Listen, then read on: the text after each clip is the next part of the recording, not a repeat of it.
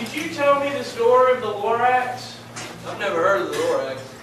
But Water Woman said... No, I don't care. I never heard of it. Go away. I don't know no Lorax. If you want to hear the story today, you're going to have to pay. It's going to cost you 15 cents and a nail and the shell of a great-great-great-grandfather's hand. Okay. What you got there, kid? Oh. Oh, yeah. Oh. All right. You say you want to hear the story of the Lorax? Of course I know the Lorax. As a matter of fact, I have it written down right here. Let's see. Lorax. Oh yeah, I got it. It all started way back. It's a long time back. Back in the days when the grass was still green and the pond was still wet, the clouds were still clean, and the song of the Swami Swans rang out in space. One morning I came to this glorious place, and I first saw the trees, the truffula trees, the bright colored tufts of the truffula trees. And under the trees, I saw brown barbaloots. They were frisking about in their barbaloot suits, and they were eating the truffula fruits. From the rippleless pond came the comfortable sound of the humming fish humming while it was splashing around. But those trees, those truffula trees, all my life I've been searching for trees such as these.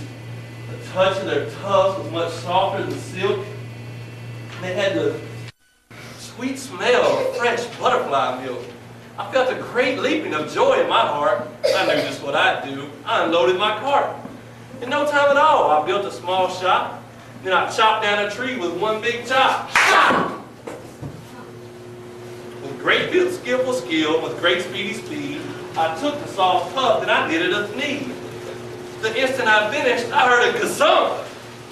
And I looked, and I saw something rising out of the stump. I don't know what it was.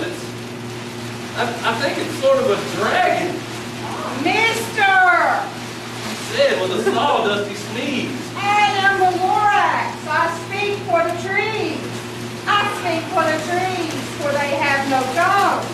I'm asking you, sir, at the top of my lungs. He was very upset. He shouted and he puffed.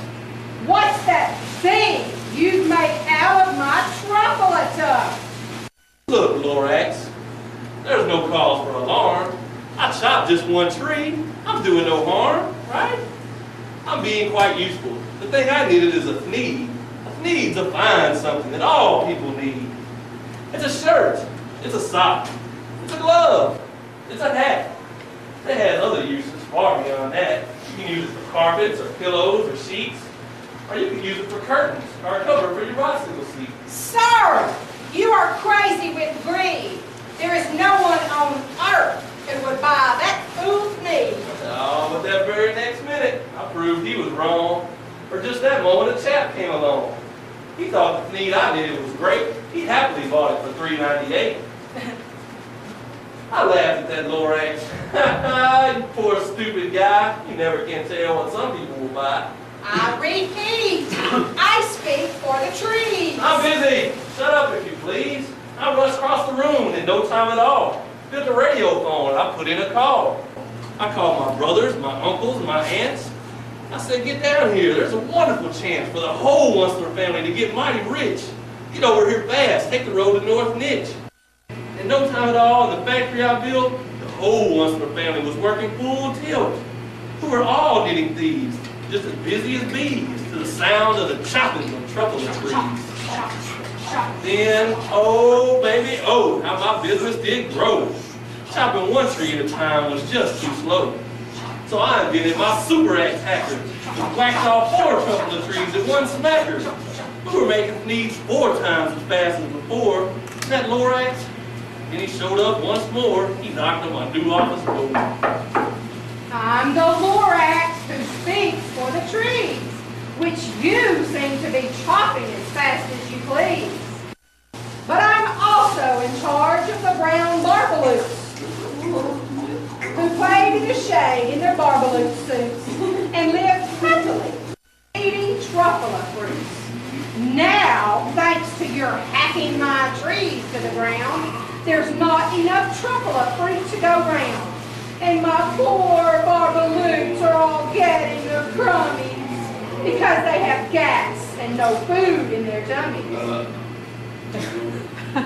They love living here, but I can't let them stay. They'll have to find food, and I hope that they may. Good luck, boys. He cried and he sent them away. I, the once would have felt sad as I watched them all go. But business is business, and business must grow. Regardless of crummies and tummies, you know, I meant no harm. I most truly did not. I needed to get bigger, so bigger I got. I biggered my factory, I biggered my roads. I biggered my wagons, I biggered the loads. What needs I shipped out? I was shipping them forth, to the east, to the south, to the west, to the north. I went right on biggering, selling more needs, and I biggered my money, which everyone needs. And again he came back. I was fixing some pipes. That old nuisance Lorax came back with more gripes. I am the Lorax. Coffee, whip, sniff, swallow. Onceler! Troublous croak. Onceler! You're making such smugglers smoke. My poor swami swans, why, they can't sing a note. No one can sing who has smog in his throat. And so, please pardon my cough. They cannot live here, so I'm sending them off. Where will they go? I don't hopefully know. They may have to fly for a month or a year to escape from the smog you've smoggered up around here. What's more, let me say a few words about gluppity-glup. Your machinery chugs on day and night without stop, making gluppity-glup, also schloppity-schlop. And what do you do with this leftover goo? I'll show you, you dirty old once-or man, you. You're gluffing the pond where the humming fish come. No more can they hum, for their gills are all gone. So I'm sending them off. Oh, their future is dreary. They'll walk on their fins and get woefully weary in search of some water that is not so schmeary. Oh, then I got mad. Oh, I got terribly mad and I yelled at that Lorax, you listen here, Dad. All you do is yap all day about bad, bad, bad.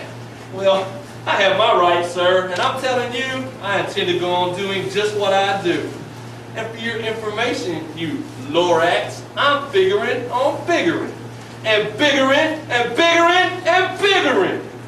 Turning more trouble of trees into needs, which everyone needs. And at that very moment, we heard a loud whack. From outside in the fields came a sickening smack of an axe on a tree, and I heard something fall. The very last truffula tree of them all. No more trees. No more needs. No more work to be done.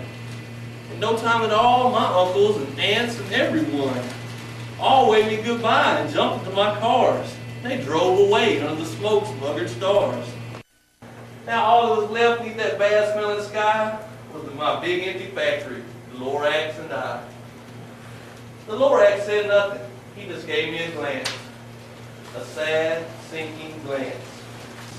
And he wilted himself right down into his pants. And I'll never forget his grim words. What a dump. Then he wilted himself right back into the stump, to a hole in the earth without leaving a trace. And all that the Lorax left here in this mess was one word. Unless.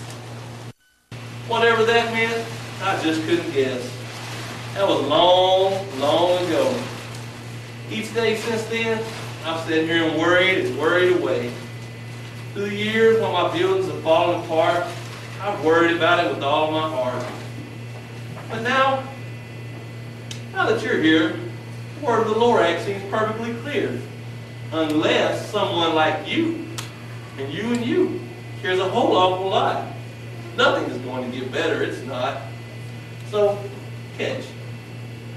It's a truffle of seeds. It's the last one of all. You're in charge of the truffle of seeds. And truffle of seeds are what everyone needs. Plant a new truffle. Treat it with care. Give it clean water and feed it fresh air. Grow a forest. Protect it from axes that hack. Then that Lorax and all of his friends might come back. You are the future. Don't make my mistake. Always, always give back more than you take. All right.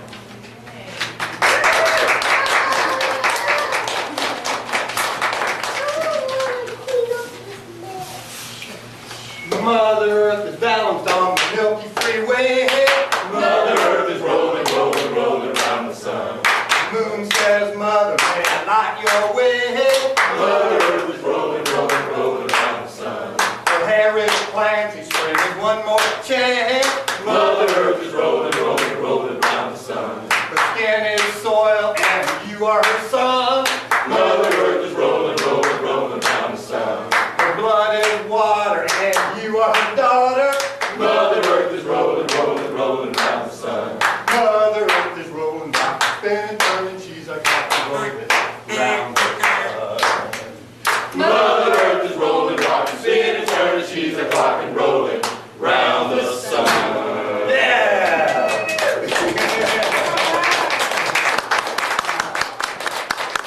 Hey, Plantfoot, we've got something for every kid here. Can you tell them what we got for them?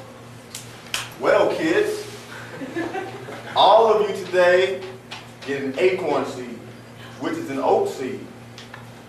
And an oak seed is an oak tree. We're going to be an oak tree. An oak tree is something everyone needs because it can grow larger than the Lorax and taller than your house. Yeah, and Water Woman's got the seeds, and Plantfoot right over there as you go. Thanks so much for coming.